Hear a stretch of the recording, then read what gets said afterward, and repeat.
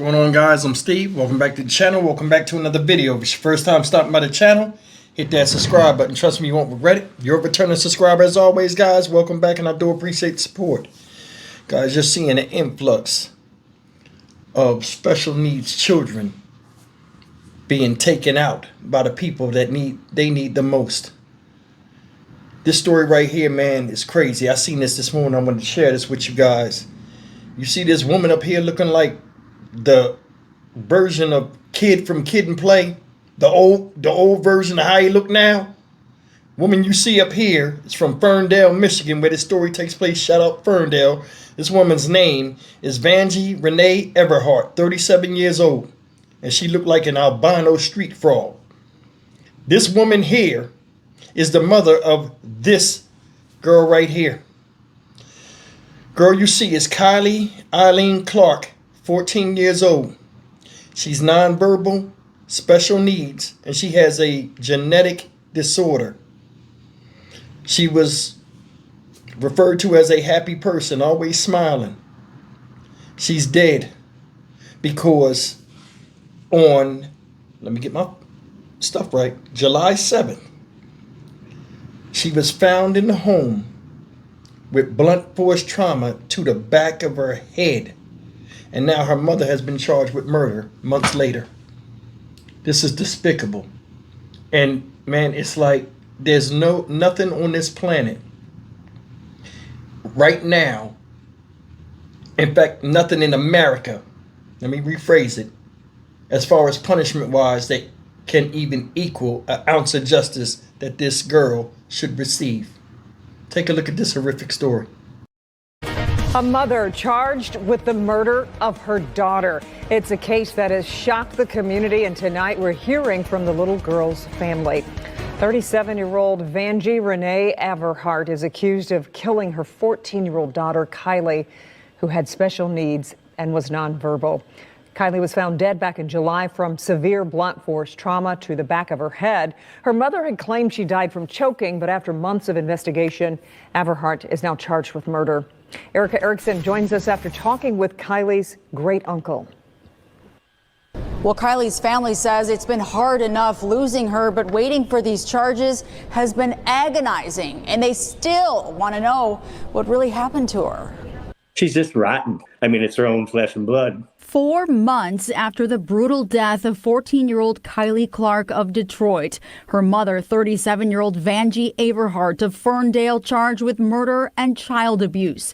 Kaylee's family telling Local 4 they're desperate to find out what really happened to the special needs teen back on July 7th. Kylie's mother lied right from the get-go, about pretty much everything. Kylie's great uncle Jeffrey Clark says the teen, who was autistic and suffered from a genetic disorder, was nonverbal but always smiling. She was just a happy little girl. She loved simple things. This summer, Jeffrey says Kylie's father had been trying to seek custody of Kaylee. This happened right after he informed her that. And supposedly she said, "You can have her, I don't want her." So what happened? Well, Kaylee's family says her mother reportedly told police Kaylee died by choking on a sandwich. Then She changed it to a banana, and then she blamed it on her boyfriend.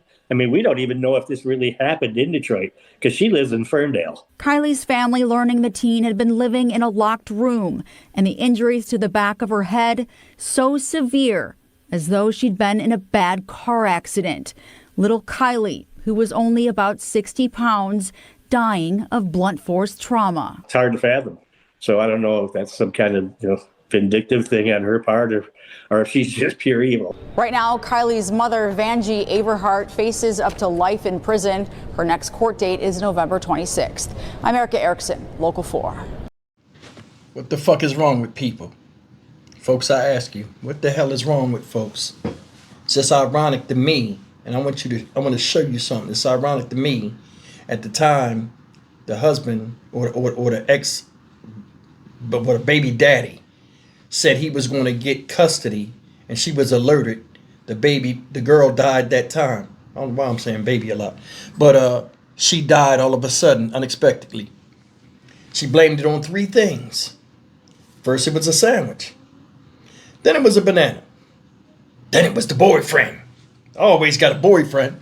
Somebody is hitting that. You think about that. Man, this stuff be tearing me up. Blunt force trauma to the head. Let's begin with that. How do you blame food on the back of a head of a child, your child, smashed in? I ain't never seen a sandwich, even if somebody threw it at magnum force, knock the hell out of somebody's head. You said she was choking. How does that equate to this? So she choked and then fell backwards. Even as small as she was, it said she weighed 60 pounds. Even if she fell, the fulcrum weight of that scientifically is not enough to smash her head open. Said her injuries was consistent of somebody in a high-speed wreck. So that means somebody, or you, which they're blaming for, hit her with something very hard in the head, because either you was just tired of it, or you didn't want her to go with her dad or something. But the thing that makes me mad, and why I wouldn't show this woman any ounce of leniency after she was found or charged with this murder, you had her out. Said the father said, hey, I got custody of the baby. I'm gonna come get the baby. I don't care. I don't want her anyway. Yeah, well, you showed that. And society don't want people like you.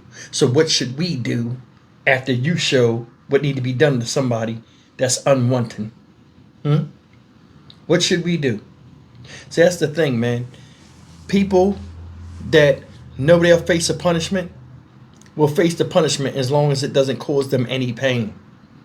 It might cause you mental distress going through the justice system, but inevitably, you're going to be put somewhere for an extended period of time, and it's not going to hurt you physically like you hurt others. That's why I say it's a big imbalance in the scales of justice. You change the punishment, you will damn sure change the people. I would make the punishment fit the crime. I'd take her head and put it in the 30-ton press, and I'd smash the back of her head in like she did her daughter. That little girl had a lot of disabilities and an uphill battle just surviving with somebody there to take care of her. Without anybody there, she could perish because she wasn't able to take care of herself fully. And that was your job.